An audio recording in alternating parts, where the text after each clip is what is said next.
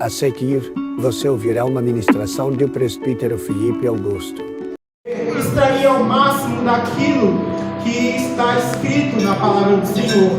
Então há necessidade de haver um líder minha missionária que venha a se dispor a todo dia estar buscando da palavra de Deus, do maná do céu, para poder estar levando a igreja, para poder estar levando a congregação, glória, para poder estar levando a assembleia. Posso ouvir um glória a Deus? Glória a Deus! E o líder escolhido por Deus naquela época havia sido Moshe Rabbeinu, que aqui traduzido para o nosso português seria Moisés, nosso mestre, assim como os judeus o chamam até os dias de hoje. E Moisés ele era um profeta muito importante, por assim dizer. Moisés ele é o profeta, o único profeta que é conhecido em mais de uma religião. Depois dele vem apenas Abraão, que é o pai da fé. Abraão ele é conhecido tanto no judaísmo, tanto no cristianismo, quanto no islamismo. Moisés ele não é conhecido no islamismo, mas ele é reconhecido no judaísmo e reconhecido pelos cristãos como um dos seus líderes. Glória a Deus! A palavra Deuteronômio, como eu já disse, ela significa explanação ou explicação ou repetição da lei. Moisés estava repetindo a lei do Senhor para o povo.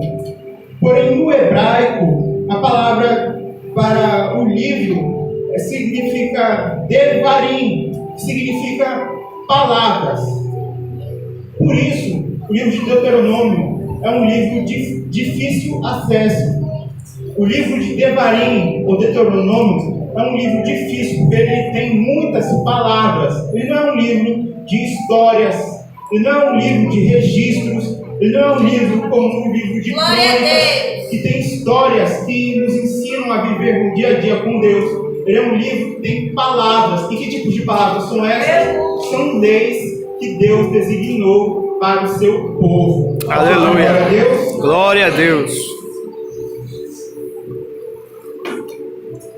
Moisés vai agora passar uma lei importantíssima para o ato da redenção. Mais importantíssima, mas que porém é pouco lido em nossos púlpitos.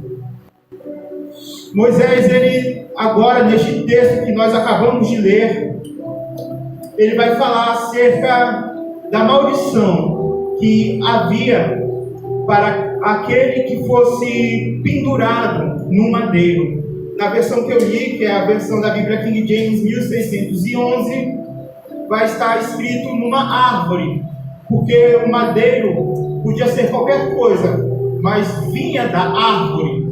Aleluia. E lá naquela época ele era enforcado. Mas a palavra enforcamento pode também ser traduzida para sufocamento, porque quando estamos pendurados, somos sufocados. E eu gostaria de lembrar você de alguém que morreu sufocado, pendurado no madeiro. Será que alguém tem alguma ideia de quem seja essa pessoa? Jesus Cristo. Aleluia! Oh, aleluia! Meu Deus! Quem é espiritual já está entendendo qual é o rumo que essa mensagem vai tomar. Oh, glória a Deus! Porém, eu gostaria de dizer aqui que os pregadores de hoje estão distantes da palavra do Senhor. Porque que uma passagem tão importantíssima quanto essa, Deuteronômio 21, 22, que vai falar acerca de como funciona as leis que são tão importantes para a redenção da humanidade, é tão pouco explicado, tão pouco pregado nos púlpitos de hoje em dia. E isso eu quero me referir a mim também como pregador do Evangelho. Eu não quero atacar simplesmente aqueles que estão lá fora, mas eu me incluo como pregador do Evangelho, como pesquisador da Bíblia Sagrada. Por que essas palavras são muitas vezes esquecidas por nós?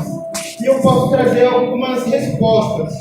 A primeira resposta seria talvez preguiça de ler a Bíblia como um todo, de ler a Bíblia por completo. Alguns querem ficar apenas com os salmos, outros querem ficar apenas com os profetas, outros querem ler apenas o Evangelho, mas estão se esquecendo que a Bíblia tem que ser lida como um todo. Ô, glória!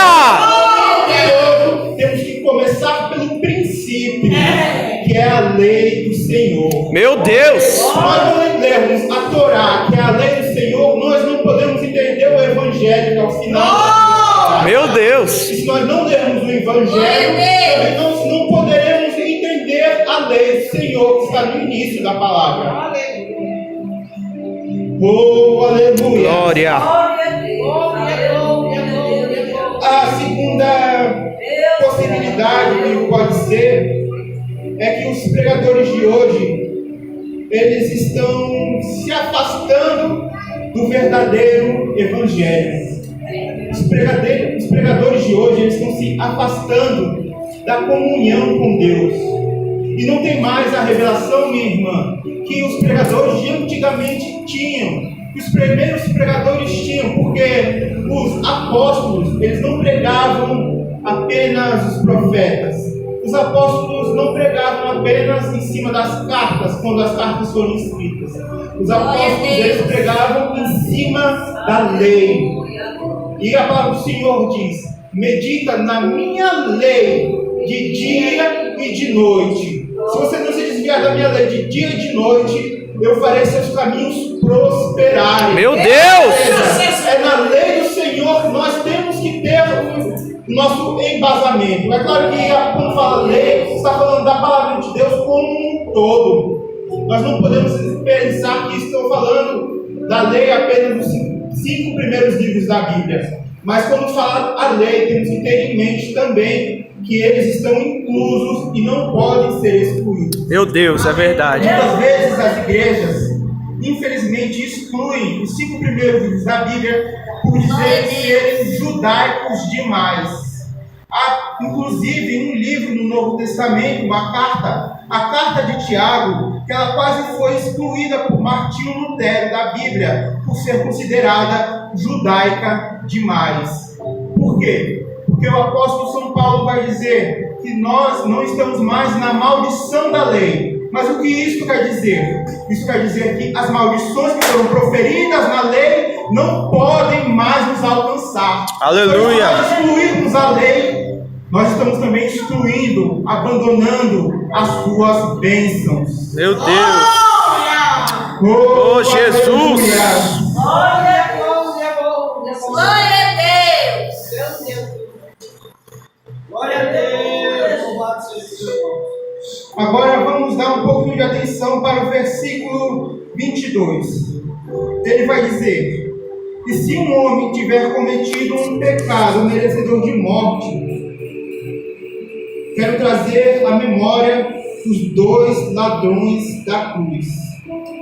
Antes de falar dos 2 ladrões da cruz, eu gostaria de lembrar que Jesus Cristo, ele carregou uma cruz. Ele não era merecedor de morte, mas ele carregou a cruz no caminho do Calvário.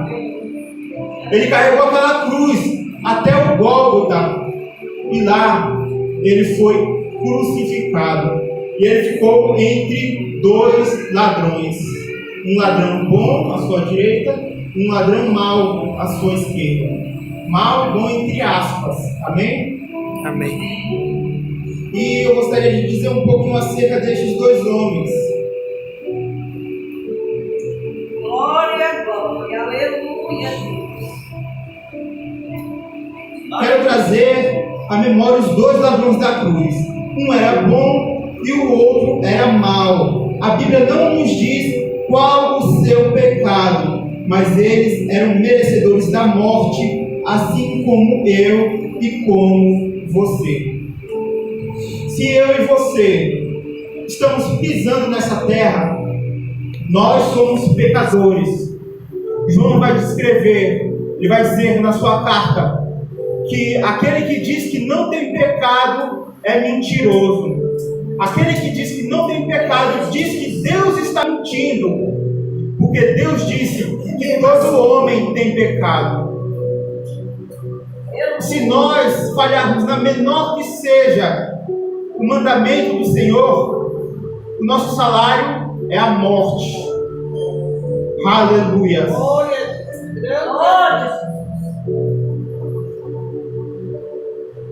A Bíblia não vai dizer quais eram os pecados daqueles dois homens. Vai apenas dizer que eles passaram pelo mesmo caminho que o Senhor Jesus Cristo. E um zombou, missionária. Um zombou de Jesus Cristo, falando que ele era o rei dos judeus, e zombava. Falava para ele descer daquela cruz se ele realmente tinha poder.